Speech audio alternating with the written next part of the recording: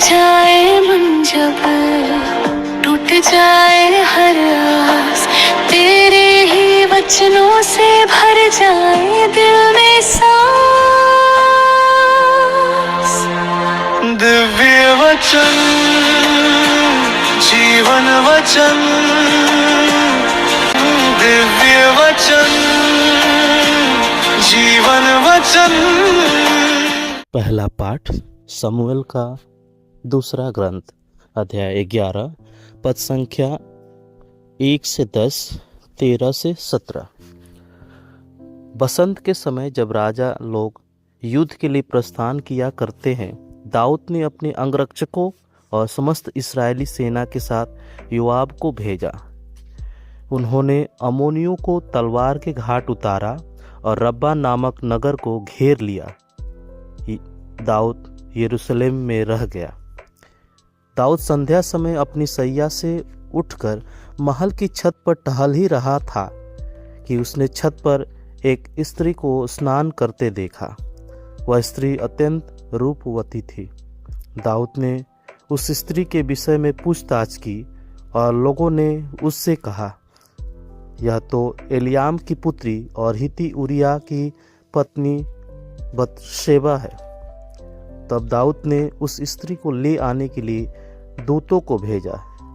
वह उसके पास आई और दाऊद ने उसके साथ रमण किया। वह अपनी अशुद्धता से मुक्त हो गई थी। इसके बाद वह अपने घर लौट गई।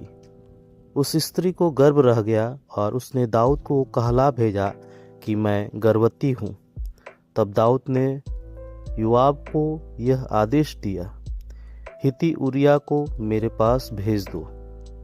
योआब ने उरिया को दाऊद के पास भेजा।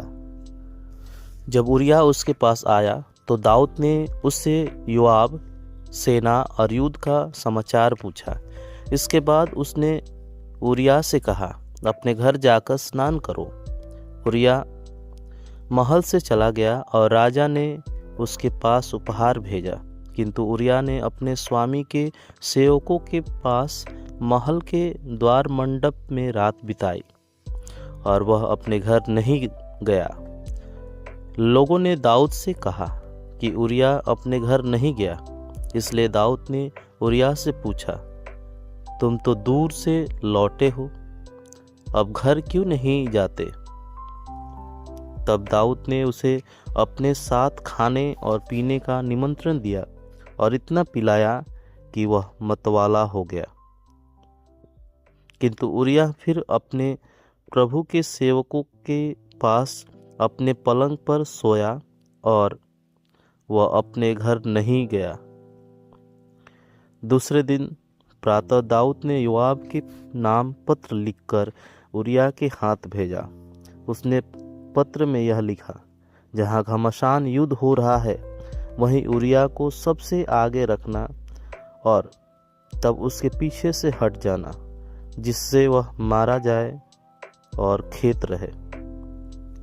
इसलिए योआब ने नगर के घेराव में उरिया को एक ऐसे स्थान पर रखा जिसके विषय में वह जानता था कि वहाँ शूरवीर योद्धा तैनात थे। नगर के निवासी योआब पर आक्रमण करने निकले। सेना और दाऊद के अंगरक्षकों में से कुछ लोग मारे गए और हित्ती उरिया भी मारा गया। प्रभु की वाणी। ईश्वर को धन्यवाद। संत मार्कुस के अनुसार पवित्र सुसमाचार, अध्याय 4, पद संख्या 26 से 34। ईसा ने उनसे कहा, ईश्वर का राज्य उस मनुष्य के सदृश है जो भूमि में बीज बोता है। वह रात को सोने जाता और सुबह उठता है। बीज उगता है और बढ़ता जाता है, हालांकि उसे यह पता नहीं कि यह कैसे हो रहा है। भूमि अपने आप फसल पैदा करती है, पहले अंकुर, फिर बाल और बाद में पूरा दाना। फसल तैयार होते ही वह हंसिया चलाने लगता है, क्योंकि कटनी का समय आ गया है। ईसा ने कहा, हम ईश्वर के राज्य की तुलना किससे करें? हम किस दृष्टांत द्वारा उसका निरूपण करें? वह राई के दाने के सदृश है। मिट्टी में बोए जाते समय वह दुनिया भर का सबसे छोटा दाना है, परंतु बाद में बढ़ते बढ़ते वह सब पौधों से बड़ा हो जाता है और उसमें इतनी बड़ी बड़ी डालियां निकल जाती है कि आकाश के पंछी उसकी छाया में बसेरा कर सकते हैं। वह इस प्रकार के बहुत से दृष्टांतों द्वारा लोगों को उनकी समझ के अनुसार सुसमाचार सुनाते थे। वह बिना दृष्टांत के लोगों से कुछ नहीं कहते थे, लेकिन एकांत में अपने शिष्यों को सब बातें समझाते थे। प्रभु का सुसमाचार।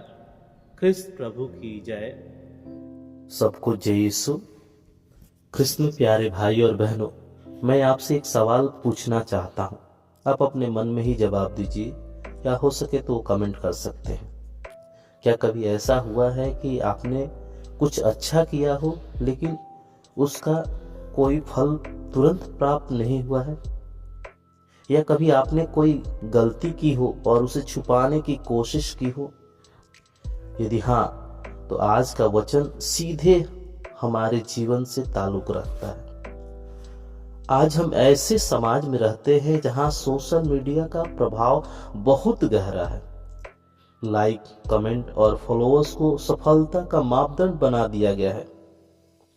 हम अपनी उपलब्धियां दिखाते हैं, अपनी अच्छाइयों का प्रदर्शन करते हैं, लेकिन अपनी कमजोरियां, अपनी असफलताएं,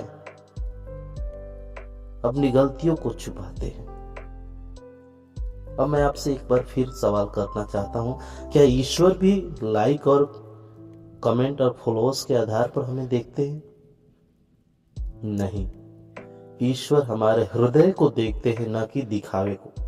आज के पहले पार्ट में हम देखते हैं राजा दाऊद, जो ईश्वर का चुना हुआ राजा है, लेकिन वह स्वार्थ, सत्ता का दुरुपयोग और जवाबदेही की कमी का रास्ता चुनता है।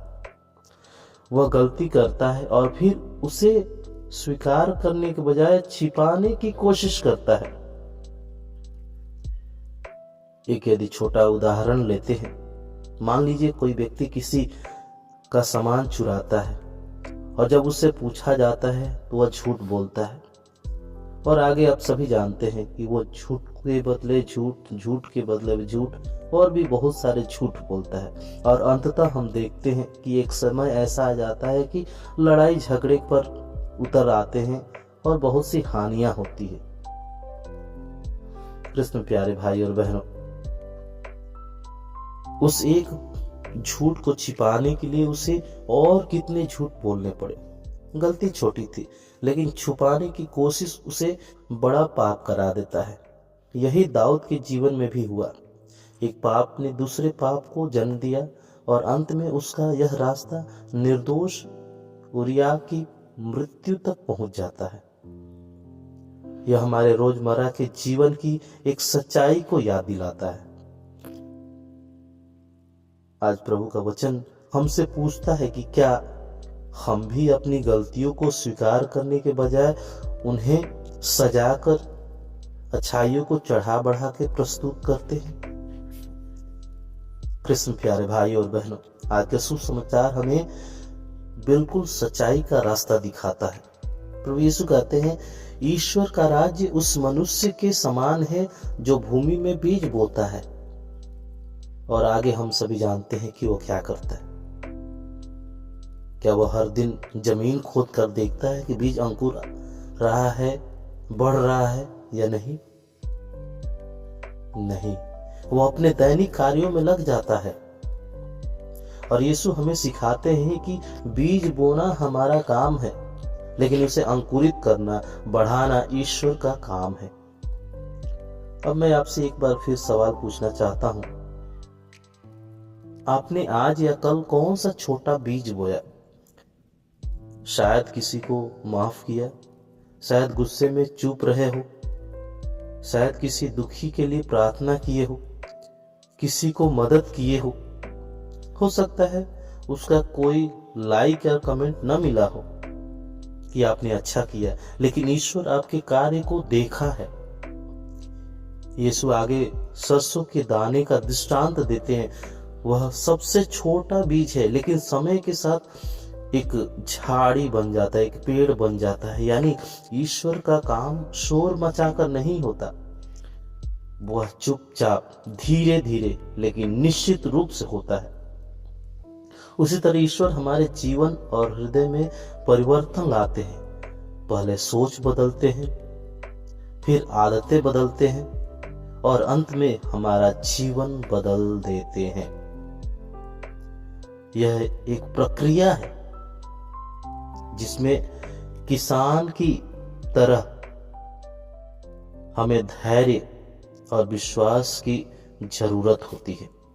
अंत में प्रभु यीशु कहते हैं, जब फसल तैयार हो जाता है तो कटनी का समय आ जाता है। यानी ईश्वर कभी देर नहीं करते।